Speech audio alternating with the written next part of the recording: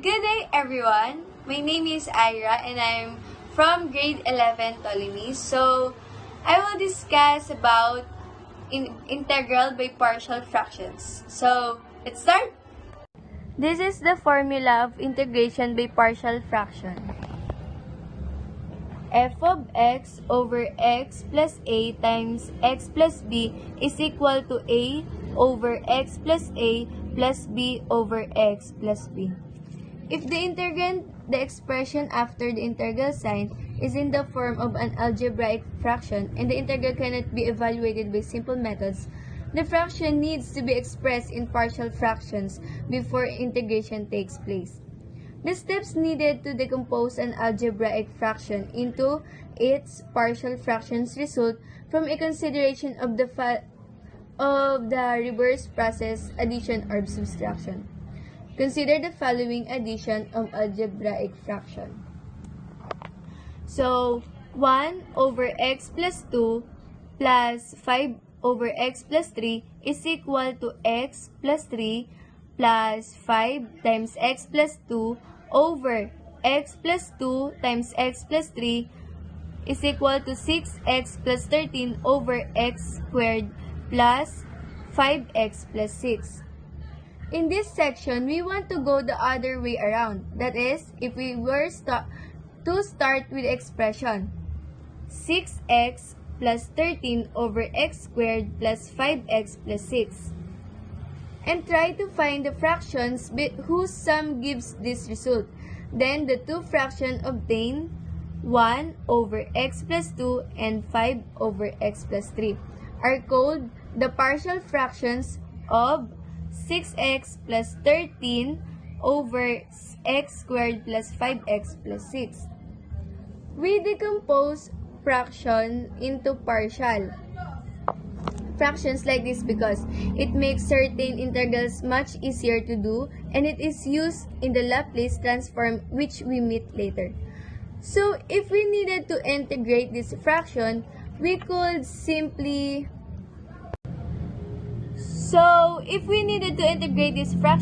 simplify our integral in the following way. Integration of 6x plus 13 over x squared plus 5x plus 6 dx is equal to integration of 1 over x plus 2 dx plus integration of 5 over x plus 3 dx. After I explain the method of integration by partial fraction, so let's make an example. Example number 1. Integration of 1 over x squared minus 4 dx. Factor and decompose into partial fractions getting integration of 1 over x squared minus 4 dx is equal to integration of 1 over x plus 2 x minus 2 dx equals to integration of a over x plus 2 plus b over x minus 2 dx. After getting a common denominator, adding fractions, and equating numerators, it follows that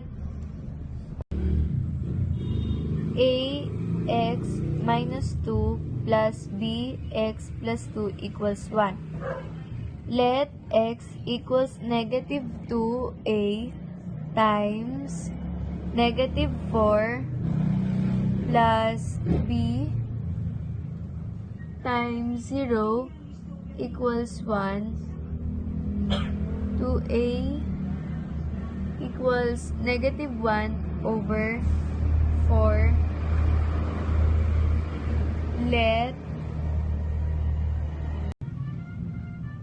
Let x equals 2a times 0 plus b times 4 equals 1 to n equals 1 over 4.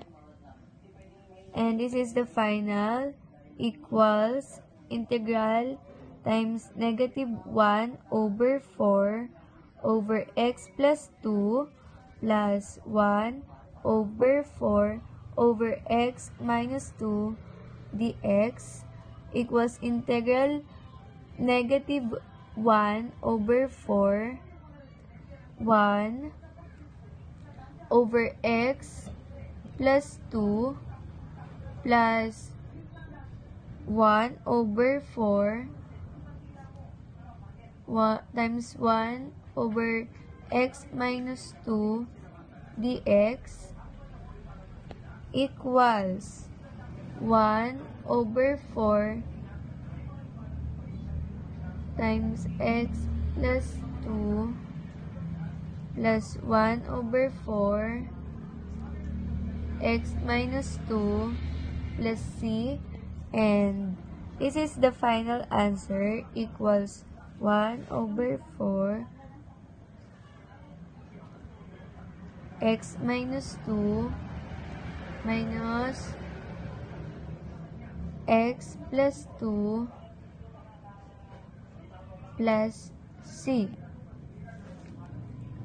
After that, we will simplify it. Equals 1 over 4 x minus 2 over x plus 2 plus c.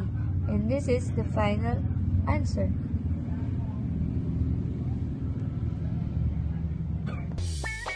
Good day, everyone. Today, I am going to discuss about indefinite integrals.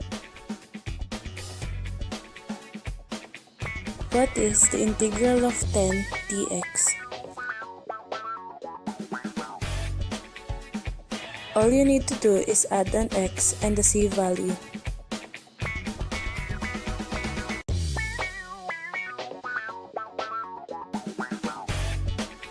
In question number 1, what is the antiderivative of pi dy?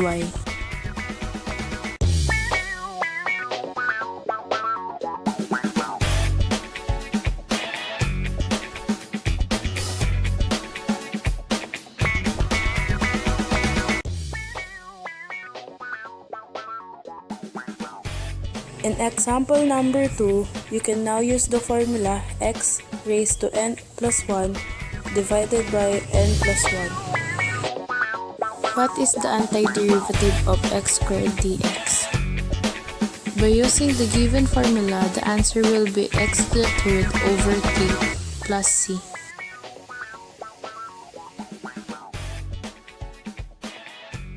In question number 2, what is the antiderivative of x to the fifth dx?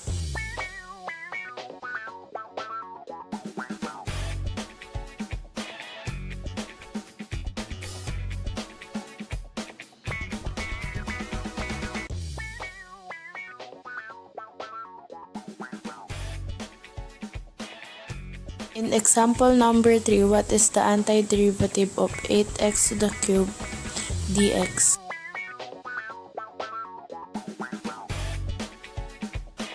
Eight is just gonna go to the right, and the antiderivative of x to the third is x to the fourth divided by 4. Now, we are going to simplify it, and the answer will be 2x to the fourth plus c.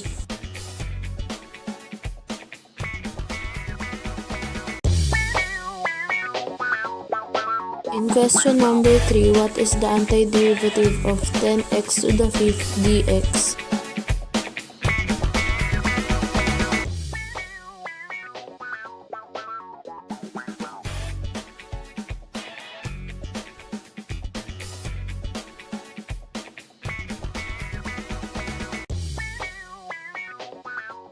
In example number 4, what is the antiderivative of x raised to 7 minus 10 x plus 6 dx? Using the same technique, the antiderivative of x raised to 7 is x raised to 8 divided by 8, and to 10x is 10x squared divided by 2, and if you have a constant, you will just add x to it.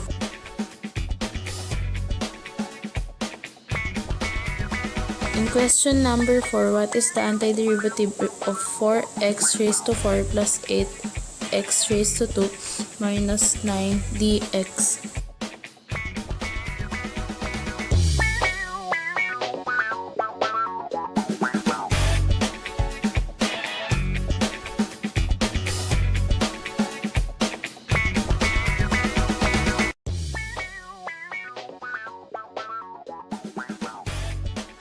In example number 5, what is the antiderivative of square root of x dx? You will need to rewrite it as x raised to 1/2 dx. Now add 1 to 1/2 and it will become 3/2. X to the 3/2 times 2/3 equals 2/3 square root of x cubed plus c.